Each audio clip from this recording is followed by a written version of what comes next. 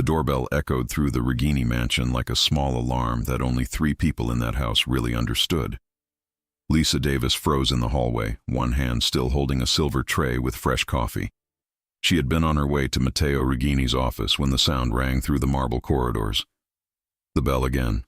Short, firm, confident. She swallowed. Only one person rang the bell like that. Will. She placed the tray on a console table and smoothed her black maid dress, trying to calm her racing heart. The mansion was quiet at that hour. Guards outside, staff already in their quarters, the city far away beyond the iron gates. It felt like the entire house leaned forward to see who was at the door. From the second-floor railing, Matteo Regini watched her. He had not meant to. He had been on the phone with a contact, standing near the balcony that overlooked the foyer, when he heard the bell. Then he saw Lisa, moving toward the door with that nervous little hesitation she never had with anyone else. And just like that, his focus slipped. The call, the numbers, the strategy, all of it faded behind a sharper thought. Who the hell is at my door at this hour for her? Lisa inhaled slowly and walked toward the heavy front door. Her palms were sweating. She wiped them quickly on the sides of her dress, silently begging herself to act normal. It was just dinner. Just dinner with a friend. Just dinner with the Capo of the Regini family. Nothing about that is normal, Lisa. She opened the door. Will Carter stood on the front step, hands in his coat pockets, dark suit perfectly fitted, hair slightly messy in that effortless way that made people trust him a little too fast. He gave her a crooked smile that always tried to look casual and never quite managed it. "Hey," he said softly. "You ready?" Her stomach did a full flip. "Will," she whispered, glancing over her shoulder without even realizing she was doing it. You actually came to the door?" "Well, yeah," he chuckled. "Kind of the idea when you pick someone up for dinner." The word dinner made her chest tighten. It was supposed to be nothing more than that. A distraction. A night outside of the mansion, where she was not the maid, not the girl carrying trays and checking security cameras and schedules. Just Lisa. But there was a problem. A tall, dangerous, dark-eyed problem watching them from above. From the balcony, Matteo's jaw locked. Will, at his door, asking his maid if she was ready. He did not like the sound of that. He did not like the sight of it. He did not like anything about the way Lisa's shoulders tensed and her cheeks warmed under Will's gaze. Matteo had run the Regini empire for years. He had negotiated with men who threatened his business, controlled entire blocks of the city, and kept rival families at a distance just by walking into a room. There was very little in this world that rattled him. But seeing Will at his door for Lisa, that did something to him that he did not have a name for. He stepped away from the balcony before either of them could see him, fingers curling into fists. He should not care. She was his maid. His right hand in the house. Efficient. Quiet. Always on time. She managed his appointments, coordinated staff, made sure his life inside those walls did not collapse into chaos. She was not his. Not officially. Not in any way that anyone could point it on paper. But she felt like his. Downstairs, Lisa shifted her weight from one foot to the other. "Are you sure this is a good idea?" she asked, her voice low. Will tilted his head slightly. "You can still say no, you know." "I'm not forcing you to go anywhere." He paused, eyes softening. "You said you wanted a night outside, a normal dinner. Just you and me. If you changed your mind, I'll walk away." She had said that. She had said it on one of those nights when the mansion felt too big and too silent. When Matteo had locked himself in his office and she had stayed outside his door, watching the lights underneath it, wondering what it would be like to belong to him in a way that hurt. She had told Will things she had never told anyone. Not all of it. Not the dangerous part. Not the part that burned every time she looked at her boss. But enough. Enough for Will to see through her and still decide to care. "I didn't change my mind," she said. I don't want to cause trouble." "For who?" he asked. "For you or for him?" Her eyes flicked to the marble floor. "Both." She gave a quick nod instead. Let me just tell him I'm leaving. Will's smile faded a little. You really think he doesn't already know everything that happens under this roof? He asked. Of course he did. Matteo Regini knew every car that passed the gates, every delivery, every staff schedule, every step of every guard. If Will was on the property, Matteo knew. And still, Will had come. Lisa felt someone watching her, even though she could not see him. It was a familiar sensation in this house, a weight of eyes that never truly left her whenever Matteo was home. She tried to push it aside. It was only dinner, with a man who was not the one she loved, because the one she loved was the one she could never have. Give me 5 minutes, she murmured to Will. He nodded. I'll wait right here.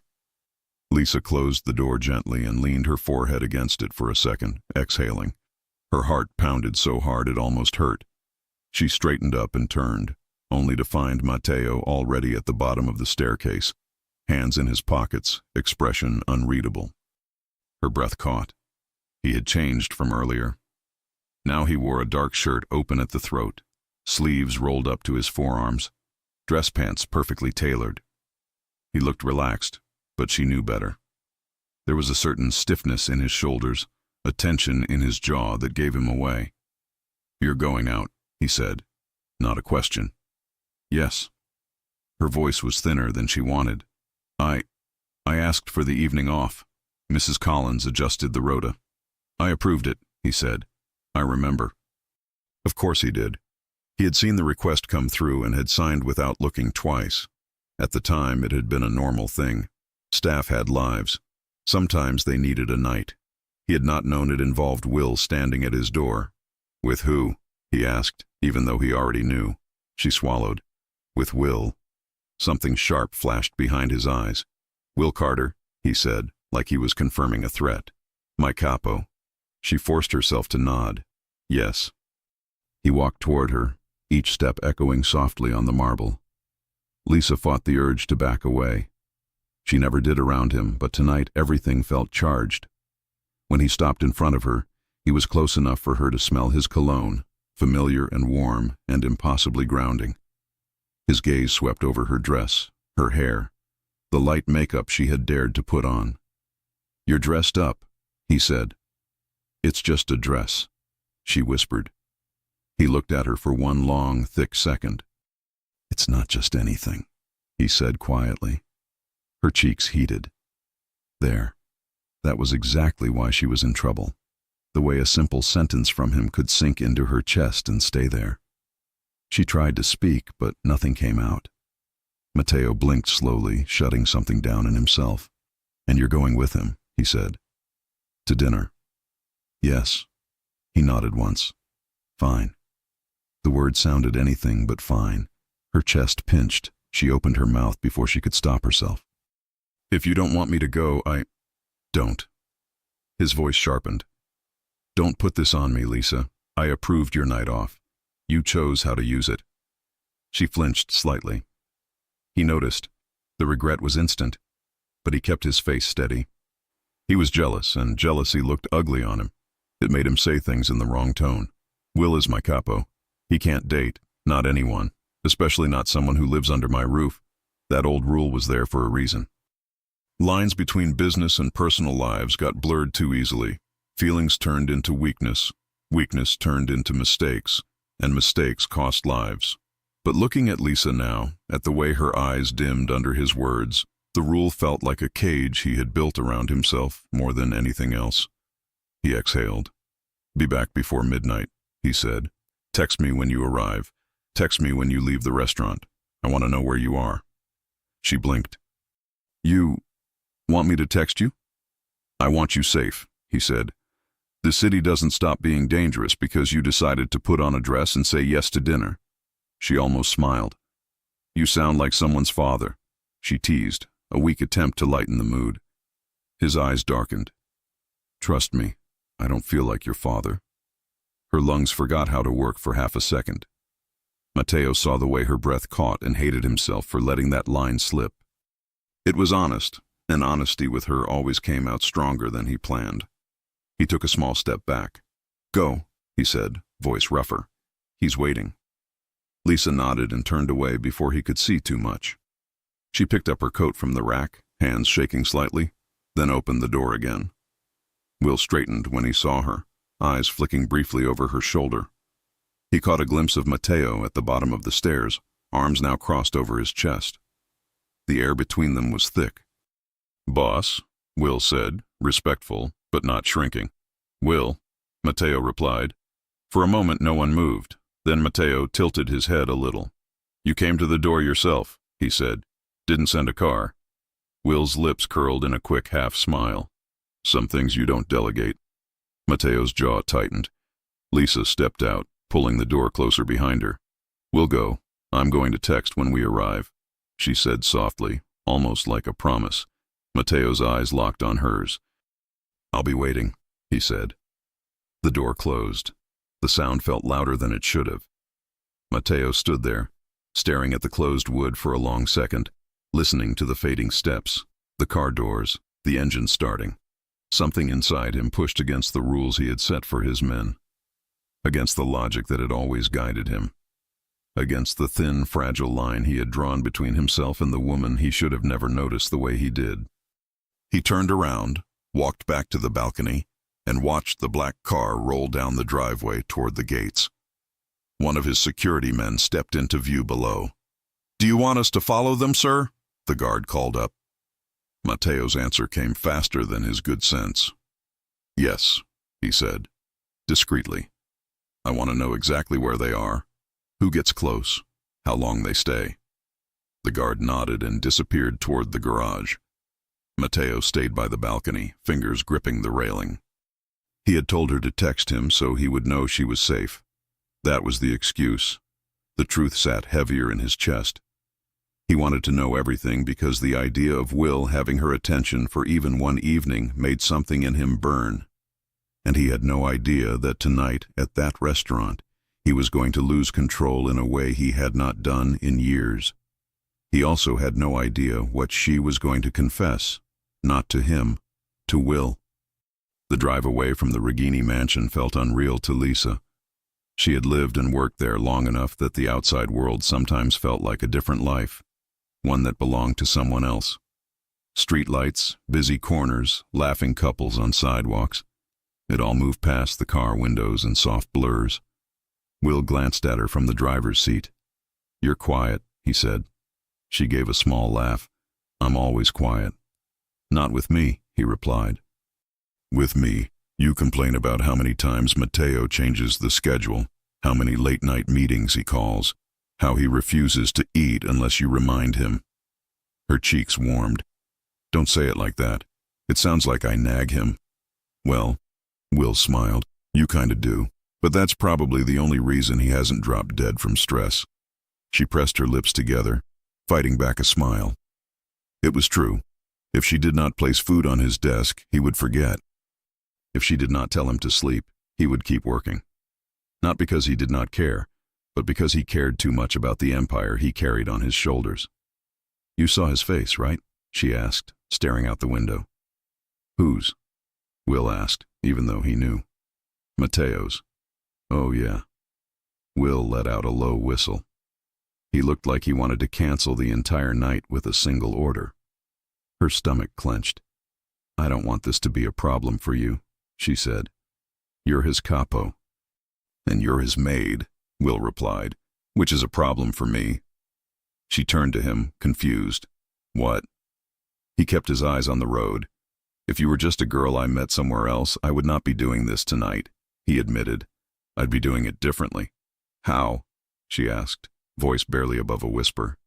"I'd be clear about why I'm taking you out," he said simply. Her heart skipped. She looked away, watching the passing buildings. "Will, relax," he added quickly. "I know the rules. I know the situation. I know how he looks at you." She blinked. "How he... what?" Will chuckled softly. "Lisa, I've sat at his table for years. I know how he looks at his enemies, his money, his mistakes, his assets." He glanced at her, his expression gentler. "And I know how he looks at you. It's not the same." Her fingers twisted together in her lap. She knew there was something different in the way Matteo watched her. She felt it every time his gaze lingered, every time he softened his voice only for her, every time he used her first name when he usually stuck to last names. But she had convinced herself it was only in her head. A fantasy that a maid invented to survive long nights in a house that did not belong to her. "You're wrong," she said quietly. "He looks at me like I'm useful, like part of his staff, someone who makes his life easier." "And that bothers you?" Will asked. She laughed without humor. "What bothers me is that it doesn't bother me enough," she said. "I should be grateful. This job saved me. This house gave me security, and instead I walk around wanting something I'm never going to have." There it was, a crack in the calm she always kept in front of everyone. Will looked at her again, studying her profile. "You're in love with him," he said. No drama, no teasing, just truth. Her chest tightened. She could have denied it. She could have laughed it off, called it a silly crush, a childish fantasy. Instead, her eyes filled with tears she did not want. "I don't know what I am," she whispered. "I just know that my heart beats faster when he walks into a room.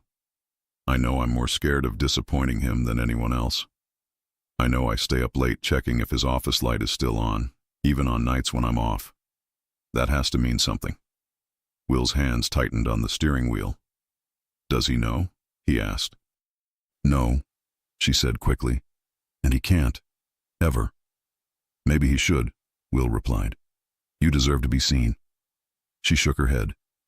"You don't understand. I'm not the kind of woman he dates.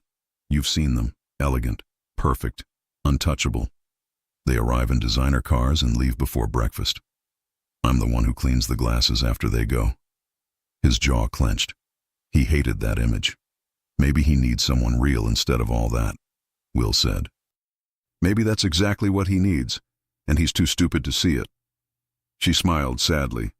"I don't want you to talk about him like that," she said. He huffed a quiet laugh. "Figures. You defend him even when I'm trying to defend you." Silence settled in the car for a few moments.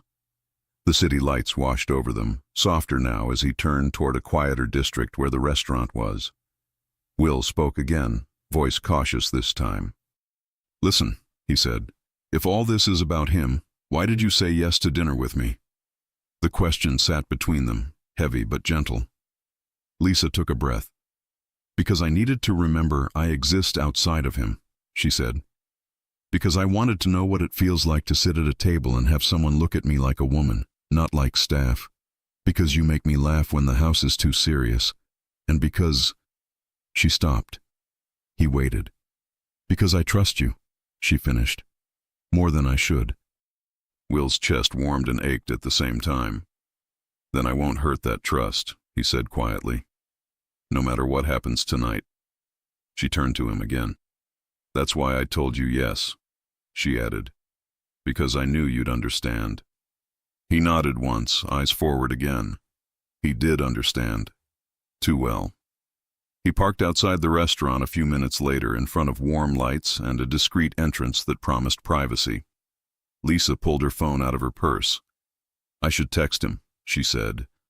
"Of course you should," Will agreed without hesitation. "If he wants you safe, he gets updates. I'd do the same if you worked for me."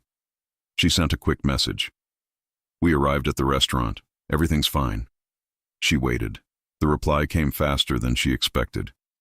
"Send me the name of the place. And enjoy your dinner, Lisa." It was simple, polite, almost distant, but she could see the control behind every word. She typed the name and hit send. Inside the Regini mansion, Matteo stared at the screen of his phone for a few seconds after the notification appeared. He read the name of the restaurant, passed it to his men without a word, and stood up. "Sir?" one of his guards asked. "You want us to handle this?"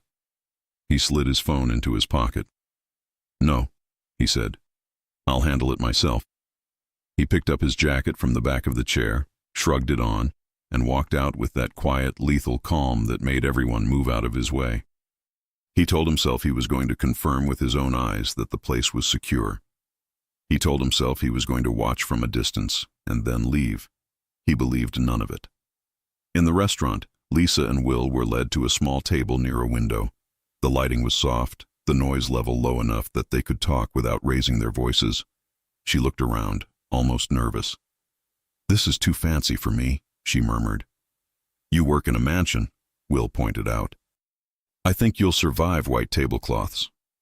She laughed, feeling some of the weight lifting from her shoulders. They ordered food, and slowly she began to relax. He told her stories about ridiculous mistakes new soldiers made. She told him about the time Matteo tried to cook his own dinner and almost set off the smoke detectors. "For a man who controls half the city, he's really bad with a stove," she said, laughing. Will grinned. "I wish I had seen that." "He was so angry at the pan," she added, wiping a tear of laughter from the corner of her eye. "Like the pan betrayed him. I had to make pasta while he stood there pretending he hadn't almost burned the kitchen."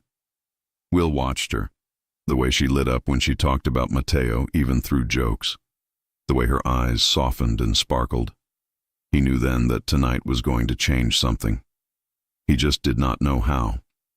Outside, a black car pulled up across the street from the restaurant. Matteo Regini got out, adjusted his jacket, and looked through the glass windows. There she was, laughing, with his capo. Something inside him snapped a little. He did not storm in, not yet. He stood there for a while, watching, trying to convince himself this was fine. It was just dinner. Will was loyal. Lisa was free to live her life.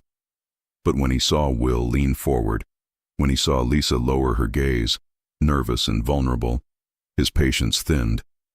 He walked toward the entrance.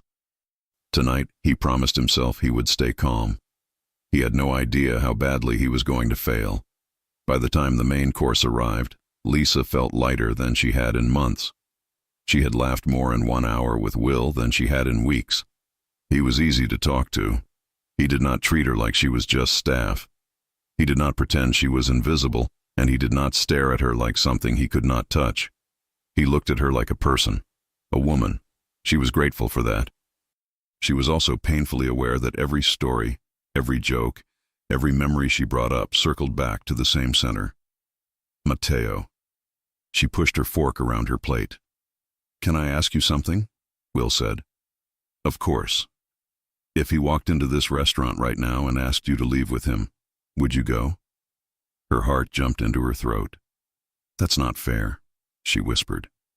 He shrugged lightly. "It's honest. And I think you owe yourself a little honesty." She pressed her lips together. "Yes," she said quietly. "I would go." He nodded, as if that confirmed something he already knew. "And if I asked you the same thing?" He added.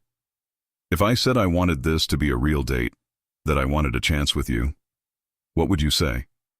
She stared at him, eyes stinging. "Will, I'm not asking to put pressure," he said. "I just need you to know that if your heart was free, I'd fight for it. I'd ask you to let me be the man who makes you laugh, who drives you crazy, who you text when it's 2 in the morning and you can't sleep." "One man already drives me crazy at 2 in the morning," she said with a weak smile. "I know," he said softly. "And he doesn't even know what he's doing to you." She swallowed hard. "I told you," she whispered. "I didn't say yes to this because I want to start something with you. I said yes because I trusted you." "And you were right," he replied. "You can trust me, enough to tell me the truth, not just half of it." She looked at him, feeling stripped, but in a strangely safe way. He did not want to break her open just to see the pieces. He wanted to help her put them in order.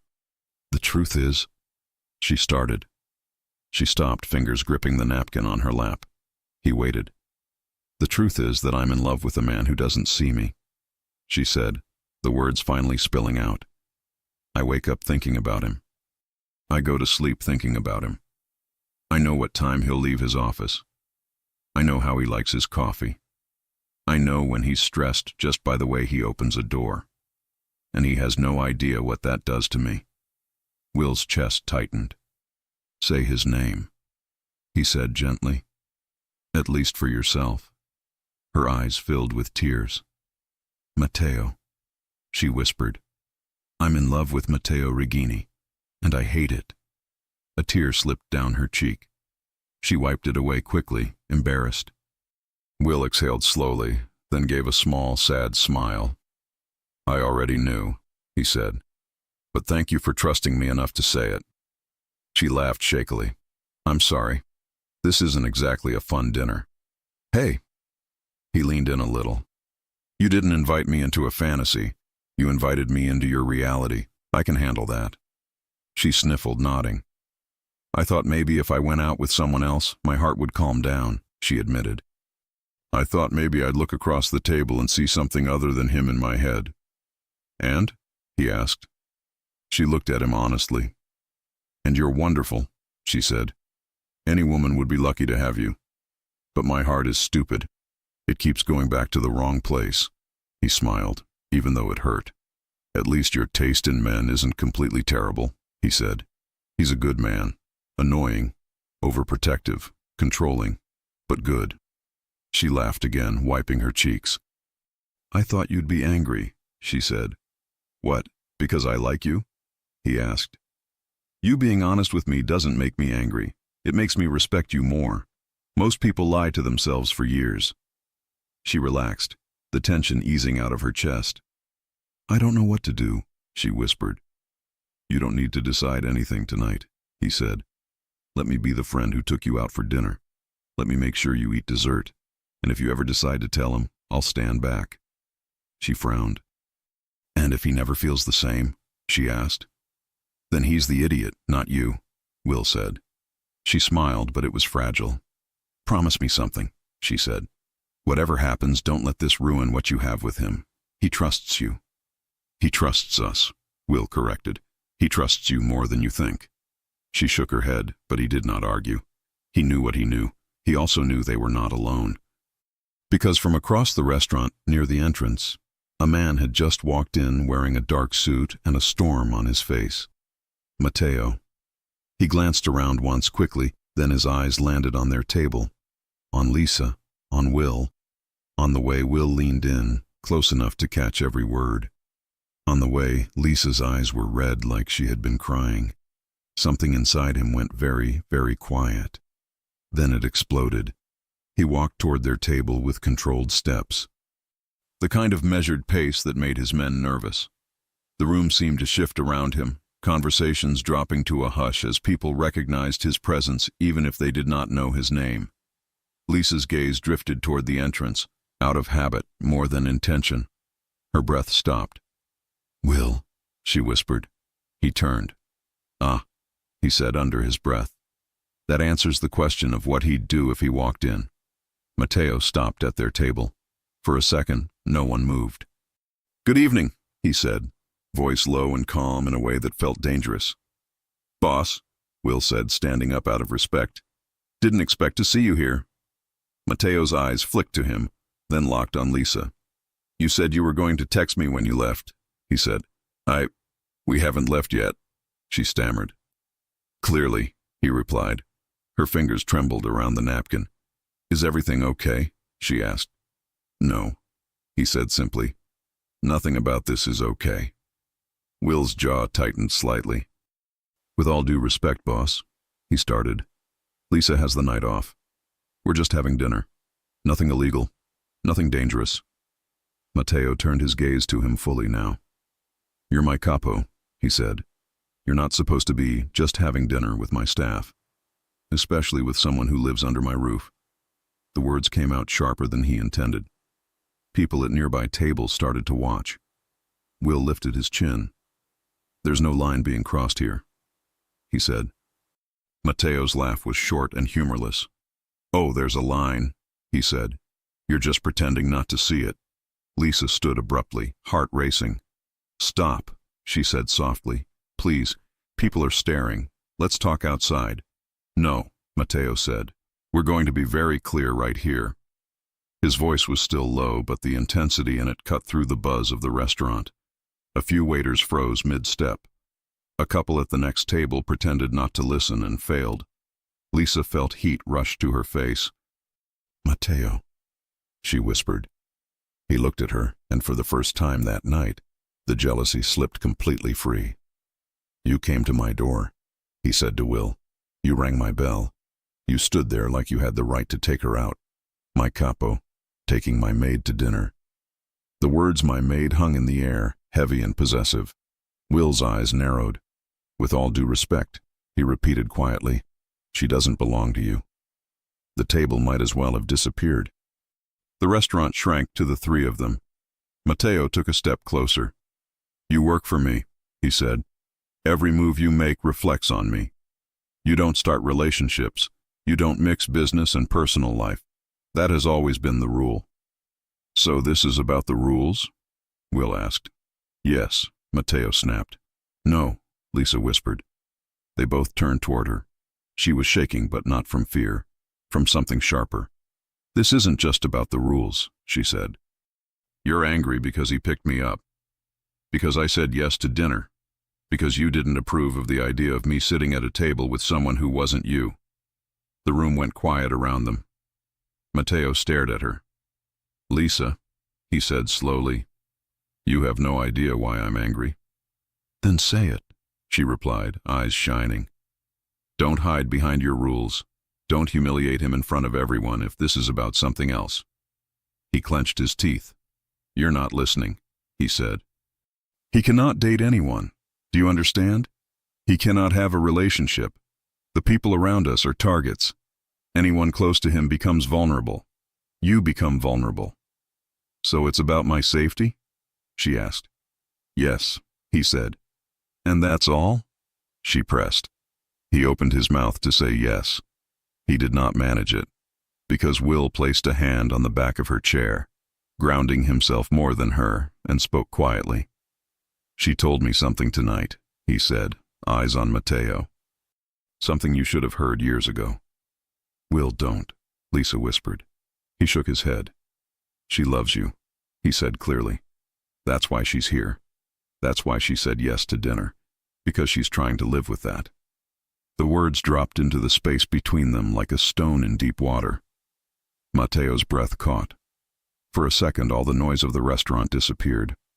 All he could hear was his own heartbeat. He looked at Lisa. Is that true? He asked, voice rough. Her cheeks were wet now.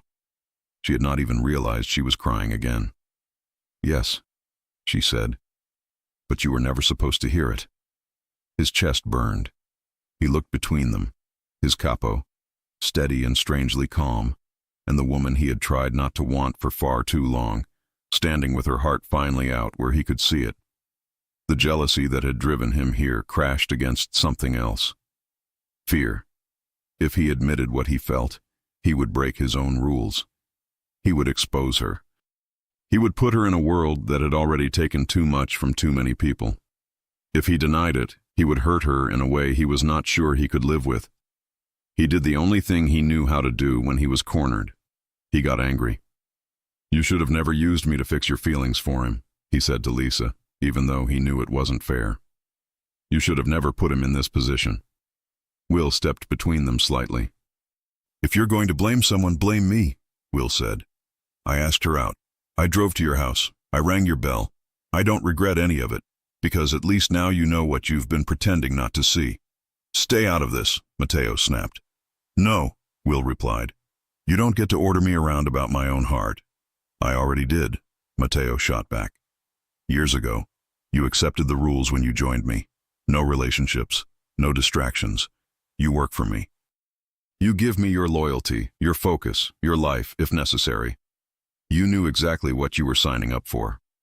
And I gave you all of that, Will said calmly. But I don't remember promising to never care about anyone again. Especially not someone who lives under your roof, doing everything for you, while you pretend she's invisible.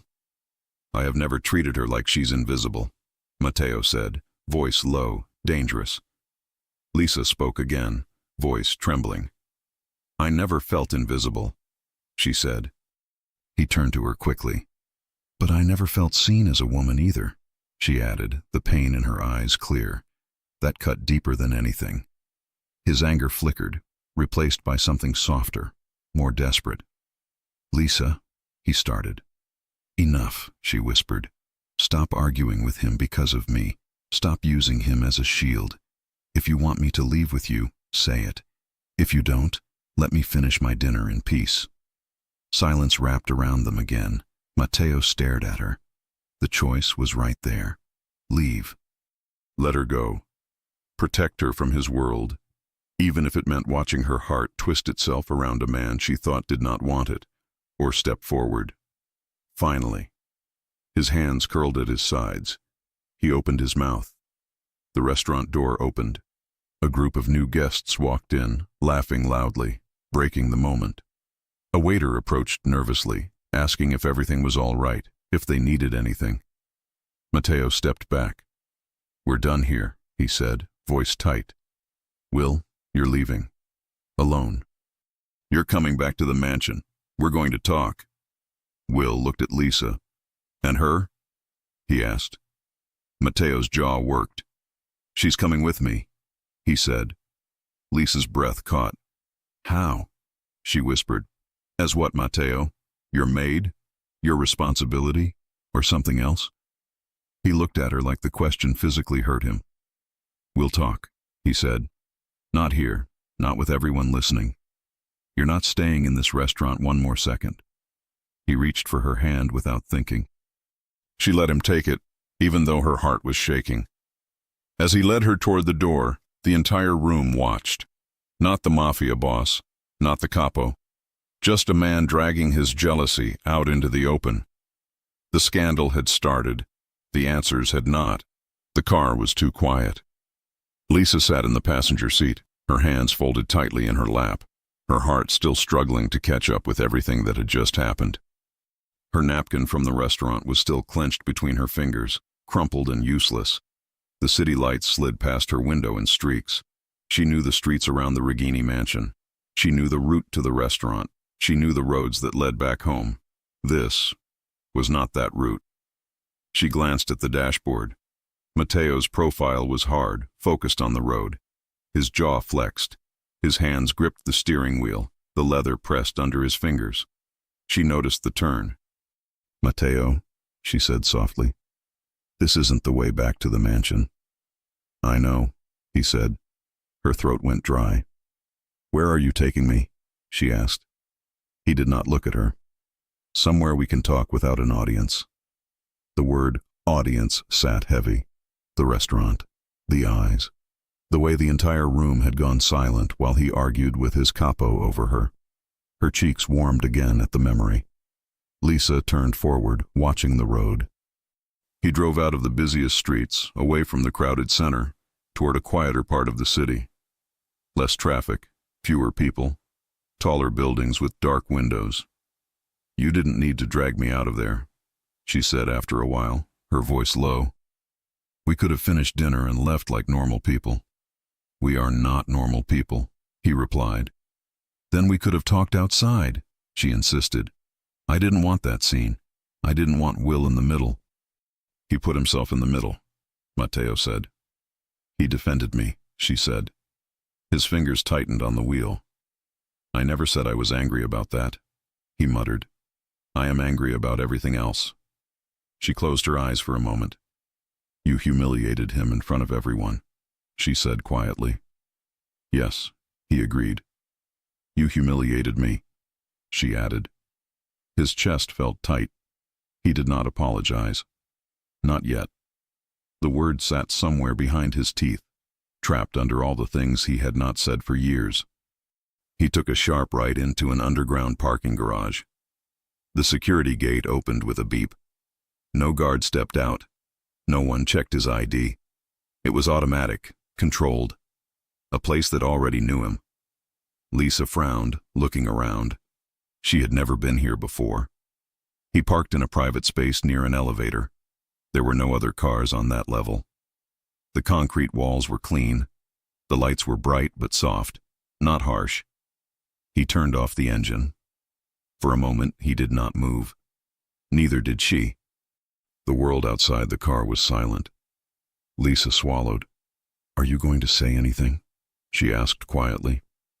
He unbuckled his seatbelt and turned his head toward her, finally meeting her gaze. "Get out of the car," he said. Come upstairs with me. Her heart skipped. Upstairs where? She asked.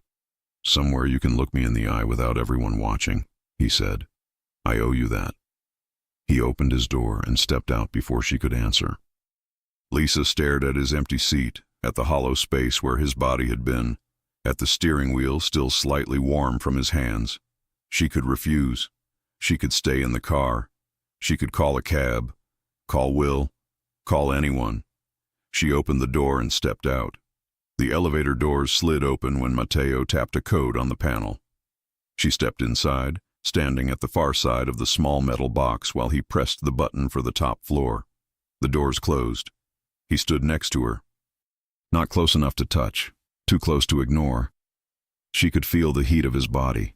She could smell his cologne, familiar and steady, grounding and overwhelming at the same time. Is this one of your properties? She asked, just to break the silence. Yes, he said. You never bring people here, she guessed. I never bring anyone here, he confirmed. Her pulse jumped. The elevator climbed in silence, then stopped with a soft ding. The doors opened into a private hallway with dark wooden floors and white walls. A single door waited at the end. Matteo walked first, his steps echoing lightly. He took a key card from his pocket, touched it to the lock, and opened the door. Warm light spilled out. After you, he said. She hesitated for 1 second, then crossed the threshold. The place was not huge like the mansion. It was wide and open, with floor-to-ceiling windows showing the city at night. A large sofa sat in the middle of the room, a low table in front of it. A kitchen in the corner, modern and sleek, with a few dishes drying on a rack, like someone had cooked there more than once. It felt lived in. Lisa turned slowly. This is yours? She asked. My safe place, he said, when the mansion feels too full of noise, or too empty of it. She looked at him. You come here alone, she said. Always, he said. Until tonight, she added. He held her gaze. Until tonight, he agreed. She wrapped her arms around herself, suddenly aware of the thin fabric of her dress, the way the air-conditioned room brushed her skin. Matteo closed the door behind them with a soft click and locked it. Her heart knocked against her ribs. He walked past her, took off his jacket and tossed it over the back of the sofa. His shirt was still buttoned, but his collar was open, exposing the base of his throat. He rolled up his sleeves slowly, methodically, as if he needed the ritual to keep his hands busy. Lisa stood in the middle of the room, unsure of what to do. Sit, he said, nodding toward the sofa. Are you going to yell at me? She asked. No, he said. Yell at Will in absentia? She pressed, dry. He gave a short, humorless huff. I already did that in my head, he said. Sit, Lisa. She sat at one end of the sofa. He stayed standing for a few seconds, watching her, then sat at the opposite end, leaving space between them. Not enough space. He leaned forward, elbows on his knees, hands clasped. I crossed a line tonight, he said. Her brows rose slightly. She had not expected him to start there. In the restaurant? She asked. In the restaurant, at the door of the mansion. In my own head, he said. Pick one. She stayed quiet. He looked at her. I should have never walked into that restaurant and made a scene like that, he said. You were right. That was not about rules, not fully. She swallowed. Then what was it about? She asked. His jaw flexed.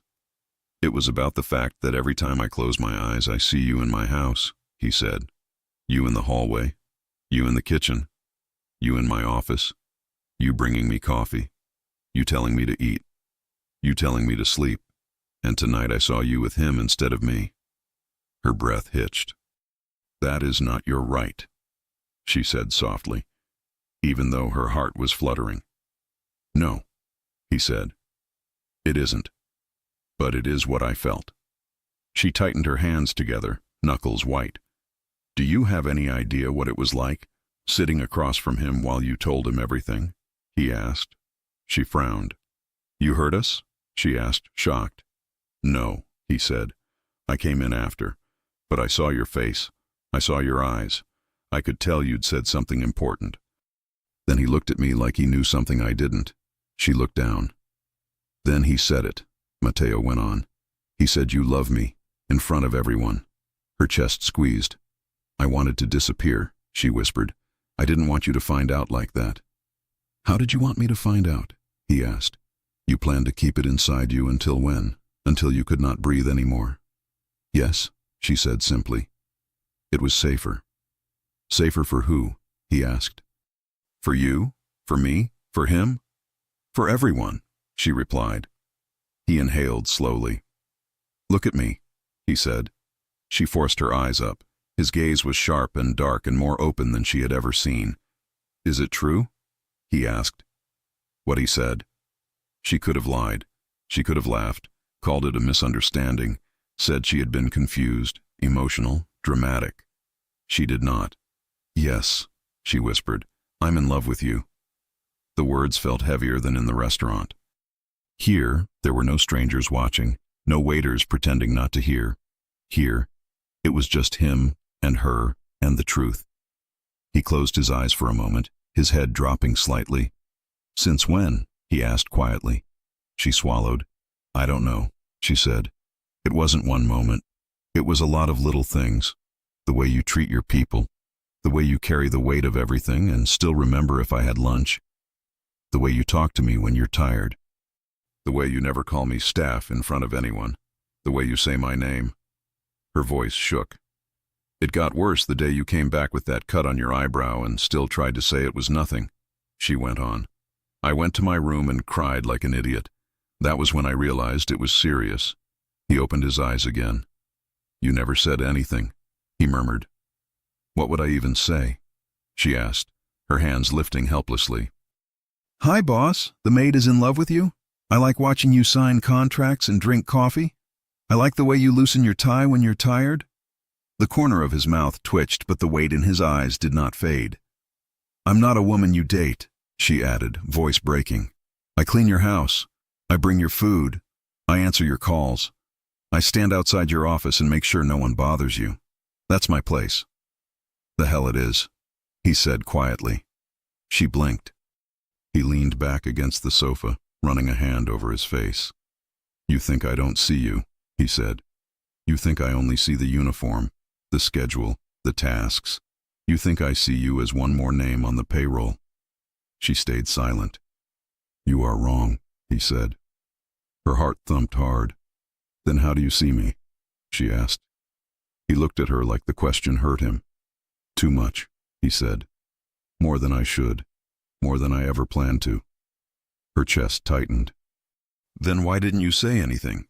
she asked, almost angry now. "Why did you let me walk around that house feeling like a fool, watching other women come and go while I learned how you take your coffee and how many hours you sleep?" He stared at her, his eyes dark. "Because every time I started to let myself feel it, I remembered what happens when people like me start relationships," he said. She frowned. "You keep talking about that," she said. "About rules, about danger. About Capo's not being allowed to date. You made that rule. Why?" He looked away, toward the windows, the city stretching outside like a map of mistakes. "Because I watched a man I respected lose everything when he thought love made him untouchable," he said. She listened. "He was Capo before Will," Matteo continued. "He had a woman. She was kind. She was outside the life. He thought he could keep her out of it. He kept her in a nice place, away from our business, away from our enemies. He thought that was enough." Lisa's stomach tightened. "It wasn't," Matteo said. "Someone found out. They grabbed her to get to him, to get to us. He fell apart. He made bad decisions. People died. In the end, she died too. And he never came back from that. He was a ghost after that day, a breathing ghost." His voice was flat, but his hands were clenched. "I was younger," he went on. "I watched it. I watched what love did to him. I watched what losing her did to him. I promised myself I would never let my men get into that position again. I told them relationships were too dangerous, that they couldn't afford that kind of weakness near us." She swallowed. "So you banned your Capo from dating," she said softly. because of him. Yes, he said. And you banned yourself, she added. He gave a hollow little smile. I didn't ban myself, he said. I just never let anyone get close enough to test the rule. Her eyes stung. Until me, she whispered. He looked at her again. Until you, he said. Silence filled the room. She stood up abruptly, unable to sit still anymore. She walked a few steps toward the windows, pressing her fingers against her arms. So all of this is fear, she said. You're not angry because I went to dinner with him. You're terrified that if you love someone, you'll lose them. That if your capo loves someone, he'll fall apart if something happens. Yes, he admitted. I am terrified. I know what enemies do when they smell a weak spot. You are a weak spot. Her chest hurt. Then why did you keep me so close? She asked, turning to face him. If I'm a weak spot, why did you let me into your house? Your routines? Your life? He stared at her, throat working. Because I didn't know how to live without that, he said. Without you there. The words hit her like a wave. You're the first face I see when I walk into the house, he said. You're the last voice I hear before I go to bed. When I'm on a call and I look up, you're there checking the time, making sure I don't skip dinner. When something goes wrong, your name is the one that shows on my phone. I built that into my days without even noticing. Her eyes filled. And then one night, he continued, I looked over the balcony and saw you walking toward the door, fixing your dress, nervous because my capo was waiting outside. And it felt like someone had taken something from me that I never had the courage to claim. Her breath shook. You don't get to be angry about that, she whispered. You don't get to be angry about something you never claimed. I know, he said. I know I don't have that right, but I am angry anyway. Not at you, not at him, at myself. She stood there, chest heaving, watching him. So what now? She asked. You brought me here. You heard the truth. You told me half of yours. Are you going to send me back to the mansion and act like tonight didn't happen? He stood up. No, he said. He walked toward her slowly, each step careful, as if he was approaching something fragile and explosive at the same time. I can't promise you the kind of life other men can, he said. I can't promise you there will never be danger. I can't promise you I won't be overprotective or controlling. I know who I am. I know who you are too, she said. I can't promise you I won't mess this up sometimes, he added. But I can promise you I am done pretending I don't feel what I feel. He stopped a breath away from her. Her hands trembled at her sides. Say it then, she whispered. His chest rose and fell. I am in love with you, he said. The floor seemed to tilt under her feet. For a long time, he added. Longer than I'm proud to admit. A tear slid down her cheek. He lifted a hand, hesitated for a second, then brushed it away with his thumb. His touch was gentle, careful, like he was afraid of hurting her. I have been in love with you while telling myself I was only protecting an employee, he said. I watched you walk through that house and told myself you were part of the structure, staff, logistics. And then I dreamt about you. I imagined what your voice would sound like if it wasn't calling me sir. Her lips parted. You think I didn't notice when you started wearing your hair differently? He asked. You think I didn't see when you wore that blue dress for the staff party and tried to hide behind a tray? Her breath shook. You looked incredible, he said. I spent the whole night trying not to look at you and failing. A tiny broken sound left her throat. All this time, she whispered. You said nothing. I thought I was keeping you safe, he said. Do you really think I'm safer loving you alone than loving you with you knowing? She asked. He swallowed. I don't know, he said. I only know that watching you with Will tonight felt worse than any threat I've ever handled. She searched his face. Do you think I'm safer pretending I don't exist outside the uniform? She asked. No, he said. She took a breath, feeling like she was stepping off a ledge. Then stop pretending, she said. His hand moved from her cheek to the side of her neck, fingers resting lightly at the base of her hair. His other hand hovered over her waist, not touching yet, asking a wordless question. She nodded, just once. He closed the distance. The first brush of his mouth against hers was not careful. It was desperate. Years of restraint pulling tight and snapping in a second. She gasped softly into the kiss, her hands flying up to his chest, grabbing the fabric of his shirt. He pulled her closer, finally letting his fingers press into her waist, anchoring her to him. Heat flooded through her, not just desire, relief, the feeling of every unsaid word finally finding a place to go. He deepened the kiss, but still kept control, tasting her slowly, deliberately, like he was learning something he planned to remember. She kissed him back with all the longing she had been carrying, letting herself lean into him fully. When he finally pulled back, they were both breathing harder. His forehead rested against hers. "This is what I have been trying to avoid," he whispered. She let out a shaky laugh. "You're not doing a great job," she said. He smiled against her lips, a real smile this time.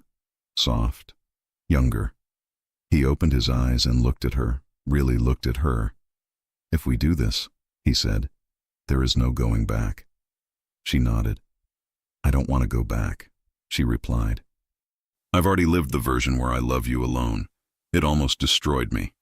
I'd rather live the one where at least we're honest."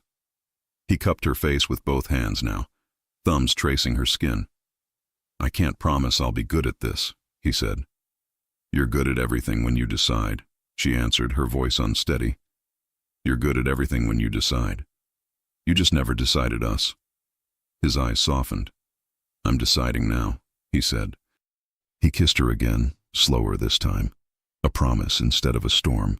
His hands moved to her back, holding her close, as if he could shield her from everything outside those walls. Minutes passed like that, with nothing in the world but their mouths, their breaths, their hands. When they broke apart, he pressed a kiss to her forehead, then to her temple. "You're shaking," he murmured. "Everything I ever wanted is suddenly real," she said. "Of course I'm shaking." He exhaled. "Lisa," he said, "I still don't know how to keep you safe and keep you close at the same time. But I know one thing." "What?" she asked. His eyes darkened, not with anger now, but with something possessive and tender at once. "You are not going to dinner with any other man," he said. She lifted her chin. "As your maid?" she asked quietly. "Or as your woman?" The question hung between them. He held her gaze, his hands still holding her as if letting go was not an option. For the first time in his life, the boss who always had an answer found himself silent, not because he did not know what he wanted to say, but because he knew once he said it, nothing in his world would be the same. He brushed his thumb along her lower lip, his eyes dropping there for a second, then back to hers. He did not answer, not yet, and she realized that whatever came out of his mouth next would decide both of their futures. For a long moment, nothing moved. Lisa stood in the middle of the apartment, Mateo's hands on her face, his thumbs still resting near her lips. Her question floated between them like a weight. "As your maid, or as your woman?" He did not answer. His jaw tensed, his eyes searched hers, full of things he had never said. Then something shifted inside him, like a door closing. "Sit," he said softly. "It's late." The words felt like a step backward. She swallowed. The warmth of his hands faded when he let her go. He walked away from her, rubbing the back of his neck, suddenly restless. "I shouldn't have kissed you like that when I was this angry," he muttered. "I don't want you to think it came from rage." "It didn't," she said. He knew that. She knew that. But the question remained hanging in the air. He did not touch it. "I'll drive you back to the mansion," he said. "We'll talk again when my head isn't on fire." Her chest tightened at the way he phrased it, again, like he was already planning another conversation, another chance. Still, the lack of answer sank in. She nodded. The drive back was quiet. No more yelling, no more restaurant, no more public scandal. Just the two of them in a dark car, the city slipping by, their shoulders close but not touching. At the gates of the mansion, the guards opened without a word. Mateo parked at the front entrance and killed the engine. For a moment he stayed still. "Lisa," he said without looking at her. Yes. I meant what I said, he murmured. All of it. Her heart kicked once. Then say the rest, she whispered. He turned his head, finally facing her. She could see the war in his eyes. Duty on one side, fear on the other, her on both. I'm not ready to give you less than you deserve, he said. Right now, I don't know if I can give you what you deserve without putting you in more danger than I can live with. She looked down at her hands, fingers twisting together. I've been in danger since the day I walked through your gate, she said quietly. The only difference now is that my heart knows it. Silence. He reached over and gently took her hand in his, just for a second. His thumb brushed across her knuckles. I will fix this, he said. I don't know how yet, but I will. She lifted her gaze. Then don't wait until it's too late, she replied. He nodded once. Go inside, he said. Get some sleep. She opened the door, stepped out, and closed it gently. When she turned back, his eyes were still on her. There was 1,000 things he wanted to say pressed into that one look. She gave him a small, tired smile and walked into the mansion. He didn't drive away until the door closed behind her. The mansion felt different the next morning. It shouldn't have. The same floors, the same staff, the same guards near the gate, the same smell of coffee and polished wood. But to Lisa, everything looked sharper. She woke up before her alarm, replaying every second of the night. The restaurant, the fight, the confession, the kiss, the apartment. That last sentence hanging unanswered. Maid or woman? She washed her face twice to calm the redness around her eyes, then put on her uniform. The same black dress she had worn 100 times, the same white collar, the same apron. It fit differently now. Or maybe she just looked at it differently. In the kitchen, Mrs. Collins stopped, spoon in hand, when Lisa walked in for the morning checklist. You look like you barely slept, the older woman said. Did you get home late? Lisa hesitated. A little. Mrs. Collins's eyes narrowed.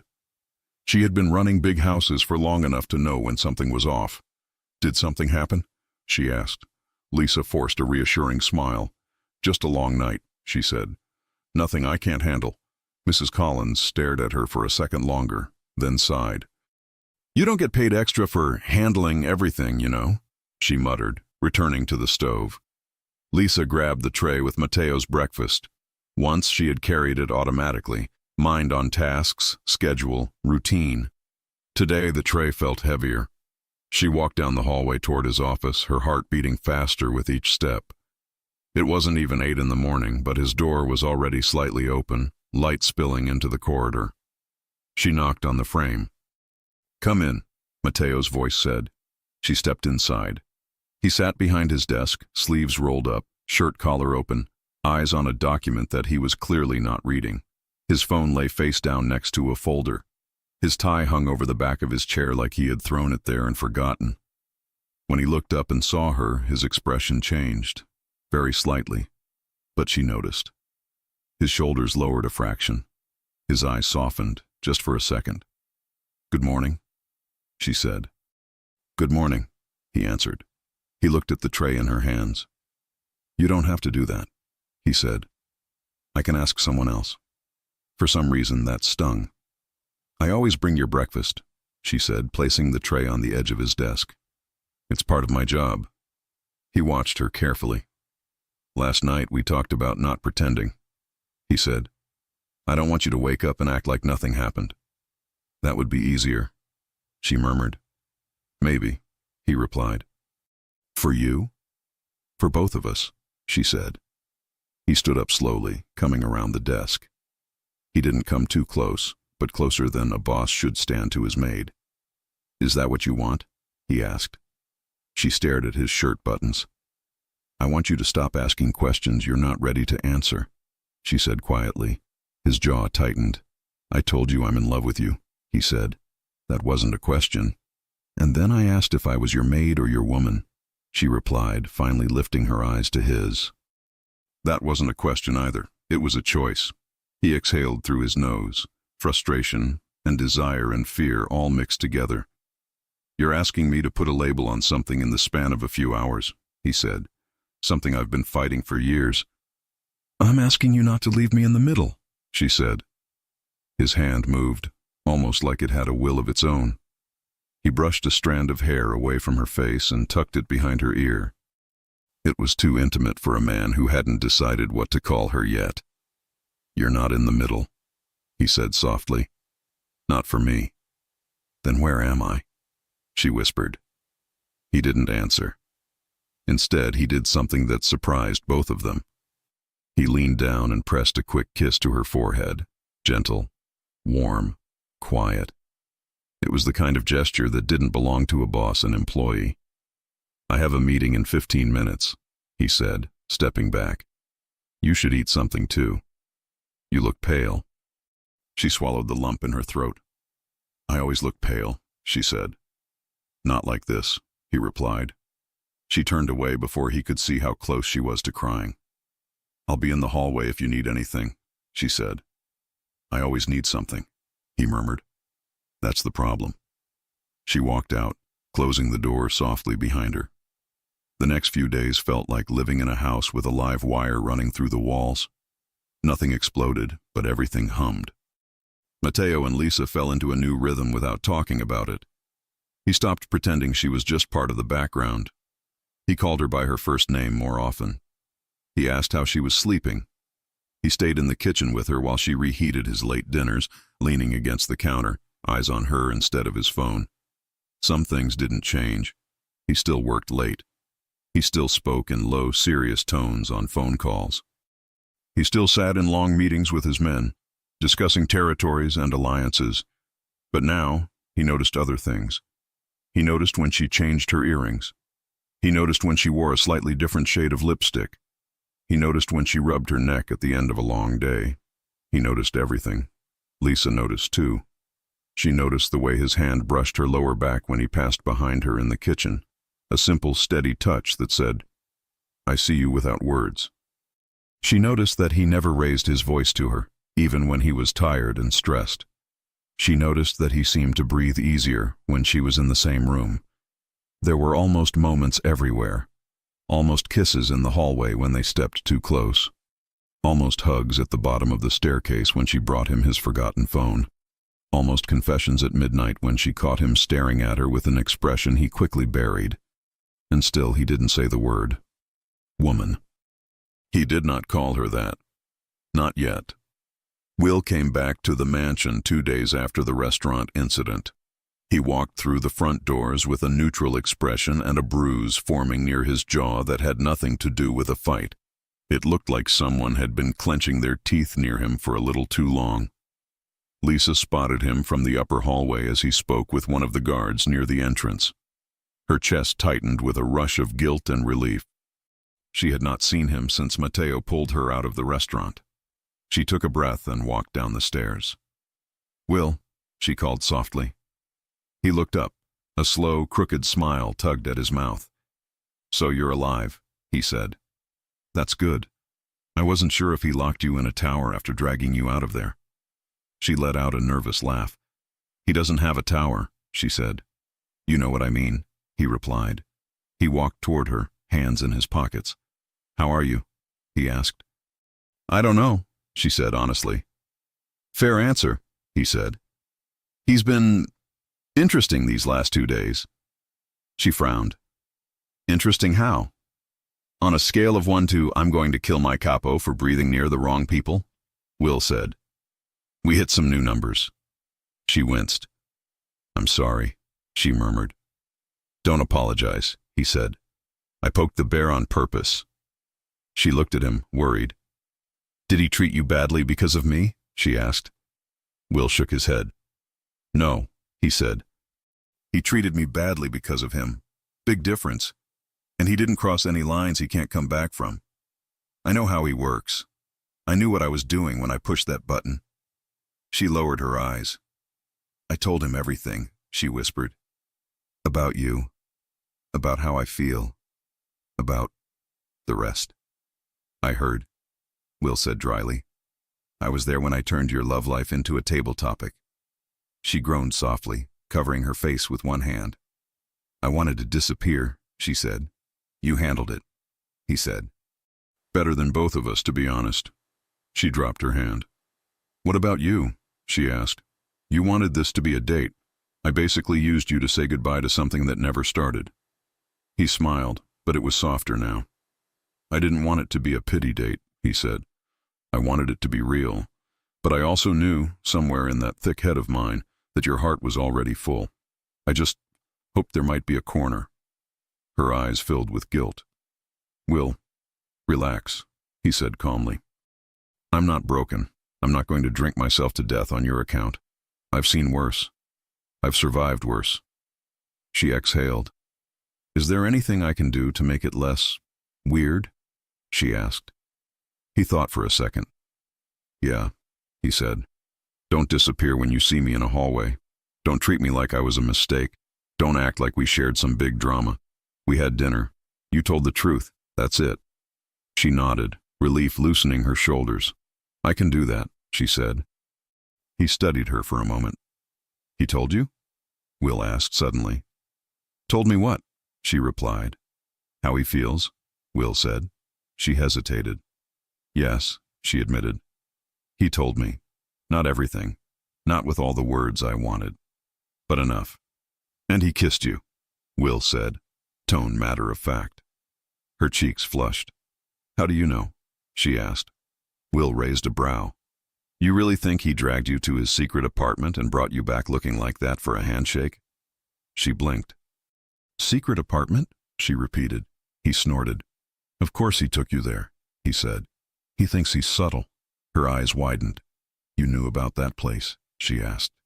I know about all his safe houses, Will replied. I'm his capo. That's my job. She frowned.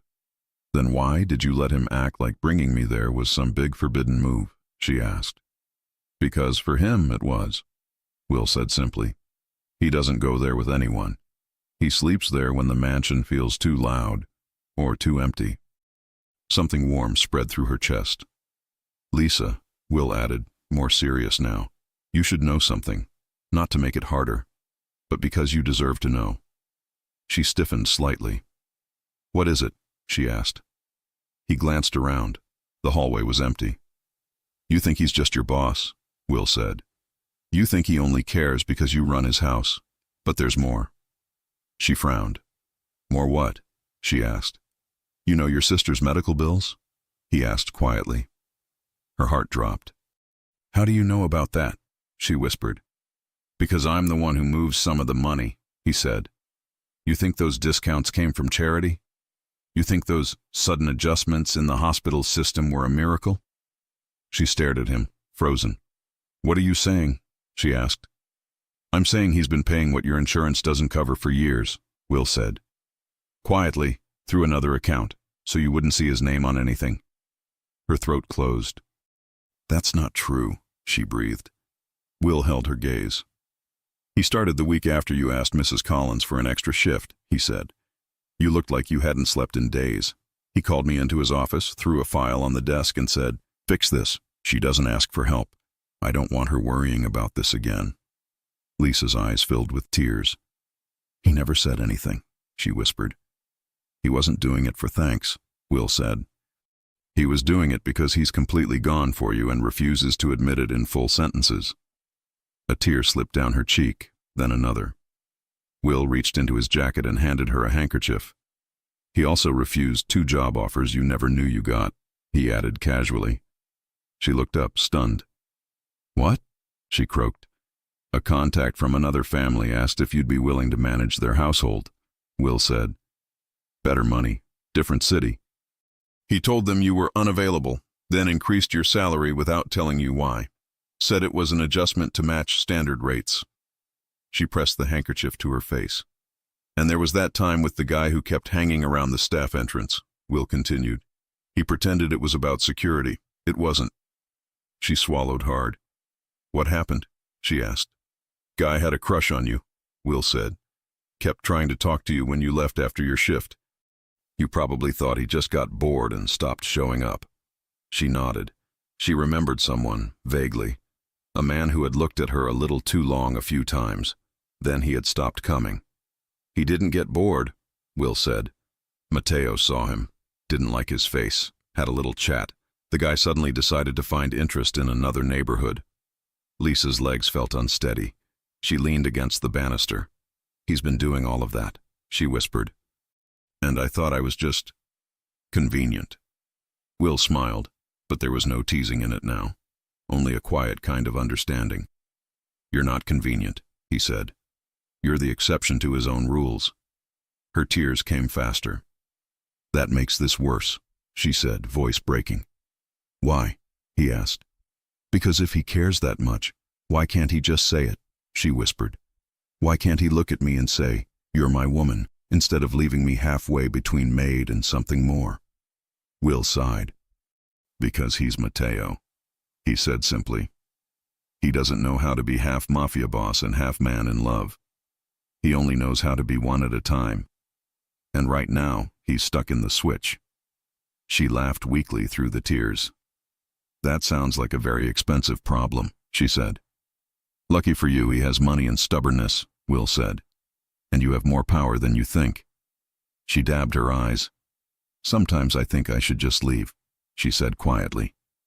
Quit. Find another job. Start somewhere else. Stop waking up in his house and going to sleep with him 5 doors away. Will's jaw tensed. Do you really want that? He asked. I don't know what I want, she admitted. I just know that living like this, half in, half out, hurts. He nodded slowly. I get that, he said. But let me tell you something, Lisa. If you walk out of that gate, you're not the only one who'll be hurting. He'll survive, she muttered. He'll operate, Will corrected. He'll sign things. He'll give orders. He'll breathe. That's not the same as living. She looked at him, startled by the word choice. You think I'm exaggerating, he added. You're wrong. I've seen what happens when he loses someone he lets close. You leaving by choice might hurt him in a different way than losing someone to violence, but it's still a loss. And this time it would be because he failed to fight for something he actually wants. Her fingers gripped the handkerchief. I don't want to be his weakness, she whispered. You already are, Will said. You just haven't decided if you're going to be the weakness that destroys him or the weakness that makes him human. Her eyes burned. That's a lot of responsibility, she said. Welcome to falling in love with a mafia boss, he replied dryly. She let out a choked laugh. He softened his voice. Look, he said, I'm not going to tell you what to do. That's not my place. But if you want my opinion, I do, she said. Give him a little time, Will said. Not years. He had years already. I mean days, weeks. Let him figure out how to say what he's been showing. If he still leaves you hanging in the middle after that, then yeah, leave. And I'll help you pack. She smiled weakly. You'd help me leave him? She asked. I'd help you live, he said, even if it means watching him learn a lesson the hard way. Footsteps echoed at the end of the hallway. Both of them looked up. Matteo stood near the corner, half-shadowed, expression unreadable. It was impossible to say how much he had heard, but Lisa saw something in his eyes, a tightness, a flash of pain, something wounded and sharp. Her stomach dropped. How long had he been there? Will straightened, his face sliding into a neutral mask. Boss, he said, nodding. Will, Matteo replied. He stepped fully into the hallway. His gaze moved from Will to Lisa and back again. Am I interrupting something? He asked. Yes, Will said easily. We were gossiping about you. Lisa shot him a look. Matteo's lips almost twitched, but his eyes never softened. I need you in my office, he told Will. Now? Will asked. Now, Matteo said. Will nodded. See you later, he said to Lisa, deliberately casual, like they had been talking about nothing more than kitchen schedules. She gave a small nod, unable to speak. Will walked past Matteo and disappeared down the corridor. That left her alone with the man who might have just heard her say out loud that she should quit. He didn't move for a second. Then he took a few slow steps toward her. You're thinking about leaving, he said quietly. It wasn't a question. Her heart pounded. "Were you listening?" she asked. "Long enough," he said. Humiliation climbed up her throat like a burn. "I didn't mean for you to hear that," she said. "Clearly," he replied. She swallowed. "It was just a thought," she said. "An option. I'm allowed to think about my life." "You are," he said. "You're allowed to do whatever you want." He came to a stop in front of her, closer than the safe distance he usually tried to keep. "But you're not allowed to walk out of my house without looking me in the eye and telling me you're going," he added. "I won't find out through someone else that you quit. Do you understand me?" Her eyes stung again. "That's what bothers you," she whispered. "How you'd find out." "No," he said. "What bothers me is that you're willing to throw away everything we've been through instead of making me finish what I started." She stared at him, breath thin. "What did you start?" she asked. He looked down at her uniform, at the handkerchief still clenched between her fingers, at the faint redness around her eyes. "You told him you don't know if you can live half in, half out," he said. "You're right. You can't, and I can't either." Her heartbeat hammered against her ribs. "Then decide," she said. He exhaled slowly, like a man at the edge of a decision that would change everything. "Come to my office tonight," he said. "After dinner, when the staff is in their quarters and the house is quiet." Her throat tightened. "Why?" she asked. "Because I'm done letting you guess," he replied. "I'll give you an answer. One you can live with, or walk away from." She nodded slowly. "What if I can't handle the answer?" she asked. He held her gaze, his eyes dark and steady. "Then we'll both find out how much it hurts," he said. He turned and walked away, leaving her alone in the hallway, heart racing, mind spinning. Behind her, the big windows at the end of the corridor showed the city outside, wide and open and full of exits. In front of her at the far end of the hallway, his office door waited. For the first time since she entered that house, Lisa Davis realized she stood at a crossroads. Stay and hear him say the words that could finally put a name on everything between them, or get out before he had the chance. Tonight, there would be no middle ground. The clock on the mansion wall ticked louder than usual. Lisa stood in her room, hands pressed to the smooth fabric of her dress. She had changed out of her uniform. She couldn't go to Mateo's office still dressed as the maid he claimed she wasn't just anymore. But she didn't dare dress like a woman meeting the man she loved either. So she chose something simple. Soft blue, knee-length, sleeves brushing her elbows. Something safe. Something halfway. Halfway, she told herself, was always where she lived with him. After tonight, she wouldn't, one way or another. She checked the time again. 9:57 p.m., 3 minutes before she was supposed to go to his office. Her legs felt too light. Her heart felt too heavy. She could still leave. Walk down the back stairs, through the garden, out the staff gate. She could be halfway down the block before anyone noticed. But she stayed, because running from him would hurt worse than hearing anything he had to say. She stepped out into the hallway. The mansion was quiet, guards outside, kitchen cleaned, staff in their quarters.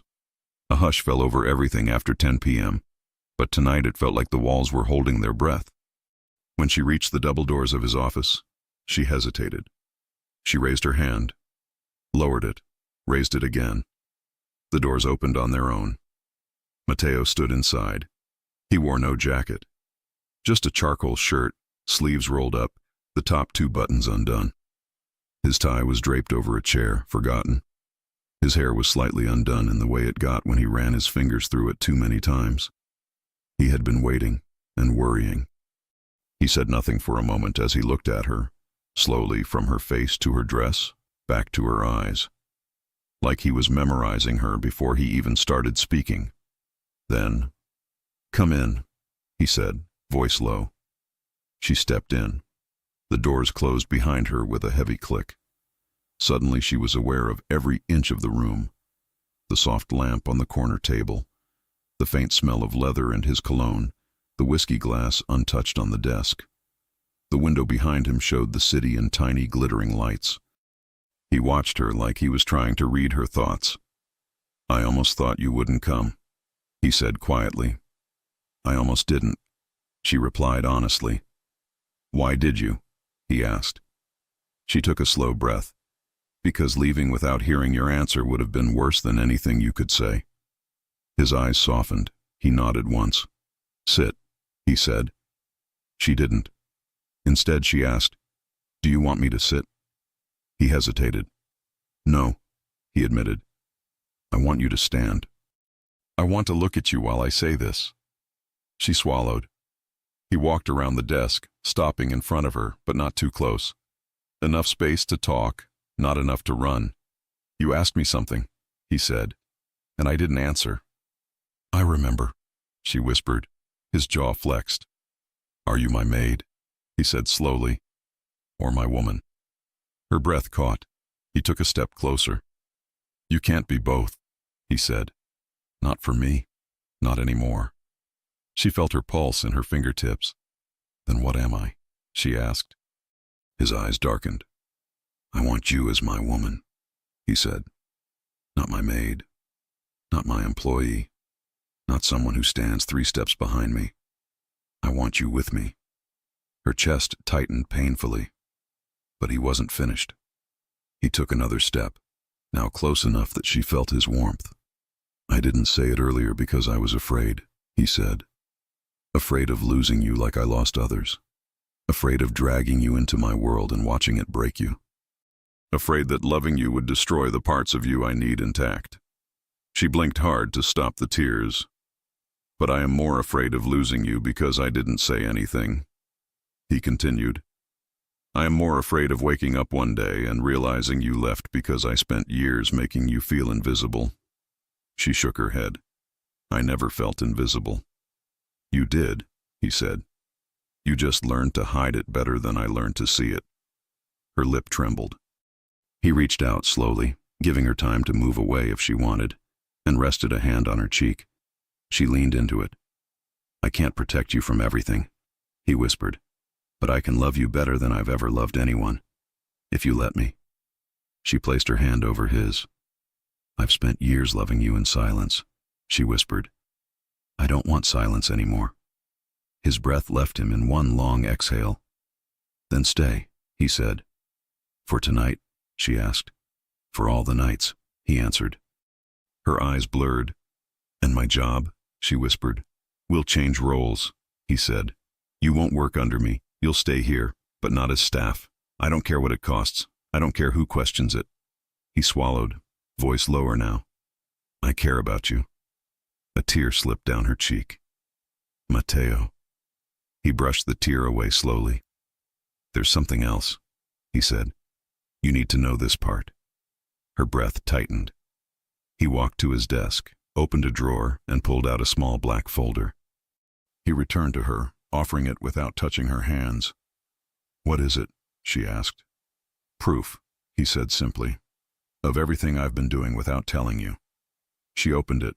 Bills, transfers, security assessments, reports, hospital statements for her sister, adjusted staff salaries, notations in his handwriting, short direct orders.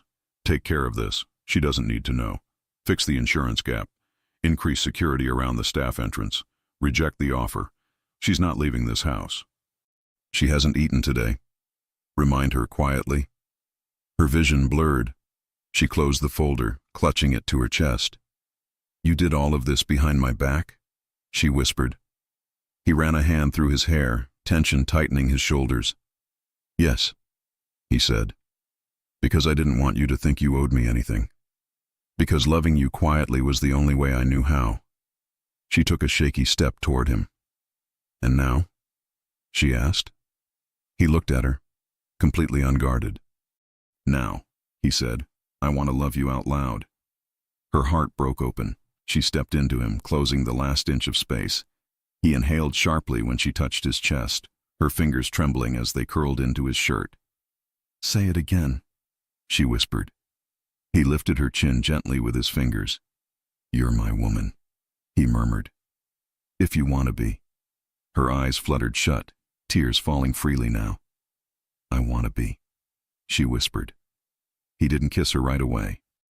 He held her face in both hands, thumbs brushing her cheeks, as if giving her one last chance to stop him. She didn't. She rose onto her toes. He met her halfway. The kiss was slow, nothing like the desperate one in the apartment. This one had certainty, intention, a promise. His hands slid to her waist, her fingers tangled in his shirt. He pulled her closer until their bodies aligned, until she melted into him like she had been meant to fit there. He kissed her like he had been starving for years. She kissed him like she had finally come home. When they pulled apart, breathless, foreheads touching, he whispered against her lips, "I'm not letting you go." "Good," she whispered back. "I wasn't planning to leave." He smiled, small, real, only for her. He stepped back, just enough to reach into his back pocket. When his hand returned, there was a small silver key in it. "What's that?" she asked softly. "A key to my private apartment," he said. "The one no one goes to, the one only you have ever been inside." Her breath caught. "Why are you giving it to me?" she whispered. "Because you're not halfway anymore," he said. "You're with me." He placed the key in her hand and closed her fingers around it. "And whatever happens next," he added quietly, "we handle together." She held the key tightly. Her future had just changed shape. No more silence, no more halfway, no more guessing. She had chosen him, and he had chosen her back. A knock sounded on the office door. Mateo's expression tightened. Lisa turned just as Will stepped inside without waiting to be invited. He paused when he saw them standing close, her chest rising against Mateo's, the key in her hand. "Well," Will said slowly, lifting a brow, "I guess this means we're redefining workplace boundaries." Mateo muttered something under his breath. Lisa flushed, heart racing. Will's expression shifted to something more serious. "I came to warn you," he said to Mateo. "We have a situation." Mateo's hand instinctively closed around Lisa's. "What happened?" Mateo asked. Will looked at them both. "You two need to hear this together," he said. For one terrifying second, the world froze.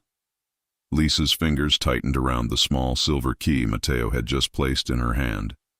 His palm still rested on the curve of her waist, steady, protective, newly certain. Will stood at the office door, eyebrows raised, expression caught somewhere between amused and concerned. Mateo didn't move. Neither did Lisa. Only her heart did, beating hard enough to echo in her ears. Will broke the silence first. "Relax," he said, lifting both hands slightly. "It's not a crisis, not the kind that makes the news." Mateo's jaw flexed. "Then what kind is it?" Will's eyes flicked to Lisa, then back to Mateo. Then he stepped inside and quietly closed the door behind him. Whatever he was about to say, he didn't want the hallway hearing. "It's about the staff," Will said simply. Lisa blinked. "The staff?" Mateo's hand slid from her waist to her lower back, not pushing her away, but anchoring her there, at his side. "What about them?" he asked. Will hesitated a moment, choosing his words. "They know," he said. Lisa's breath caught. Mateo didn't react for 2 seconds, then murmured a very quiet, very controlled, "Know what exactly?" Will gestured between the two of them. "This." Heat flooded Lisa's face. Mateo stiffened. "How?" Mateo asked sharply. Will shrugged. "You brought her to your private apartment. You came back at 2 in the morning. She walked out of your office today wearing a dress instead of a uniform. You touched her hair in the hallway." He paused. "Also, Mrs. Collins saw you smile once." That alone raised suspicion. Lisa let out a small strangled noise. Mateo muttered, "I didn't smile." "You did," Will said. "Half of one side, a micro-smile. But for you, that's basically a carnival parade." Lisa's laugh escaped before she could stop it. Mateo shot her a look, stern, but his eyes softened the second he saw her smile. "So?" Will spread his arms. "The staff is making bets." "Bets?" Mateo repeated, horrified. Lisa covered her mouth. Will nodded. "On when you're going to make it official," Lisa whispered, mortified. "Oh, God." Mateo exhaled slowly. What exactly do they think is happening? They think, Will answered, that you're in love with her. Matteo opened his mouth, closed it, opened it again. No words came out. Lisa's heart jumped, eyes wide. Will raised one eyebrow. Should I correct them? Matteo turned to Lisa. She wasn't laughing anymore. She was looking at him with a softness that reached into places he had never allowed anyone to touch. He didn't look away. No, Matteo said quietly, answering Will without breaking her gaze. Don't correct them. Will smiled just a little. Good. Saves me the trouble. Lisa's cheeks warmed, her pulse fluttering. The moment felt fragile and enormous at the same time. But that's not why I came, Will added, stepping closer with a more serious tone. I thought you two should know before the rumors hit your office doors tomorrow. And? Matteo prompted. Will leaned against the edge of a chair. And the staff is happy for her, he said simply. For both of you. There's no resentment, no jealousy. They actually like this. Lisa blinked fast. They like this? She asked in disbelief. Will nodded. You're good to them. You're fair. You work harder than anyone. They want you happy. And everyone sees how he looks at you, so it's not exactly shocking. Matteo's eyes slid sideways to Lisa again. Her lips curved, shy and warm, and something tightened in his throat. Will pushed off the chair. That said, I'm going to bed. I'm exhausted from emotionally supporting both of you for a week. He opened the door halfway, then glanced back. But for what it's worth, I think you two finally stopped lying to yourselves. Matteo glared, but his ears were slightly pink. Lisa ducked her head, smiling. Will winked and stepped out, closing the door behind him. It was quiet again, but a different quiet now. Soft, charged, intimate. Matteo turned to Lisa fully, standing close enough that she felt his breath. He reached out and gently took her hands, pulling her toward him until her chest brushed his. Her fingers slid up his arms instinctively, resting on the warm fabric of his sleeves. You heard him, Matteo murmured. The house knows. Her voice was barely a whisper. Are you worried? He cupped her jaw, his thumb tracing a slow line along her cheek. No, he murmured, because for the first time, I'm not hiding you. Her breath stopped. Lisa, he continued, voice lower now. If you stay with me, truly stay, this won't be secret. Not in this house, not in my world. Everyone will know who you are to me. Her chest squeezed. And who am I to you? She asked softly. He didn't hesitate this time. You're the woman I love, he said, his voice steady, intimate, deep. Not my maid, not my employee, my woman. Her eyes filled instantly. He brushed her tears with his thumbs, leaning closer. And I want you beside me, he added. Not behind me, not in the shadows. Beside me. She let out a shaky exhale. I never thought I'd hear you say that, she whispered. I should have said it years ago, he murmured back. Her fingers curled into his shirt. Then say it again, she whispered. His forehead touched hers. I love you. Her hands trembled against him. I love you too, she said, voice breaking with relief and joy and disbelief. He kissed her. Not like the desperate kiss in the apartment. Not like the hungry kiss in his office. This one was slow and warm and deep, full of gratitude, promise, and a love finally spoken aloud. His hand slipped around her waist, pulling her close. Her fingers slid up his neck, threading through the back of his hair. His lips brushed hers again and again, tasting every piece of the years they had lost. When they finally stopped to breathe, he rested his forehead against hers again, whispering, I want to show you something. She blinked. What? He took her hand, firm, certain, and led her through the office door, down the hall, and toward a staircase she rarely used. Matteo, where are we going? She asked breathlessly. To make sure you understand this, he said. All of this, my house, my world, my life, you're not on the outside anymore. He opened a door at the top of the stairs, the rooftop terrace. She had never been up here. The city stretched around them, lights twinkling like a sea of stars scattered across the skyline. The night air was cool, brushing against her skin. The space was beautiful. Wide tiles, iron railings, quiet plants in stone pots, lanterns glowing softly. She stepped out, stunned. "Matteo, this is beautiful." "It's my favorite place," he said. "I come here to think, to breathe." She turned to look at him. "And you brought me here?" "I'm bringing you everywhere now," he said simply. She swallowed hard. He walked toward her, stopping behind her at the railing. He wrapped his arms around her waist, pulling her against him, chin resting lightly on her shoulder. The city wind lifted her hair. His warmth surrounded her. For the first time, everything felt right. Natural, inevitable. "Lisa," he murmured near her ear, voice soft and raw. "This life is complicated, but loving you, that part is easy." She closed her eyes, letting herself melt into him. "I don't want easy," she whispered. "I want you." He tightened his arms around her, a quiet exhale escaping him, half relief, half something deeper. "Then you have me," he said. "Not in pieces, not in silence, all of me." She turned in his arms, her hands sliding up his chest. He kissed her again, slow, warm, unhurried, and the world below them faded into nothing. After a long moment, she broke the kiss and whispered against his lips, "So what happens now?" He smiled slightly, brushing a finger under her chin. "Now," he said, "we stop living halfway." Her heart fluttered. "And tomorrow?" she asked. "Tomorrow," he murmured, "everyone will know you're mine." She laughed softly, breathless. "And what will they say?" "They'll say," he pulled her close again, lips near her ear, "that Matteo Regini finally got one thing right." She smiled into his shoulder, warm, safe, loved. Below them, the city glowed. Above them, the sky stretched wide and open. Between them, the last walls had fallen. Lisa Davis was no longer the maid of the mansion.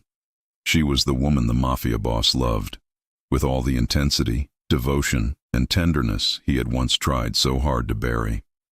And this time, he wasn't letting go.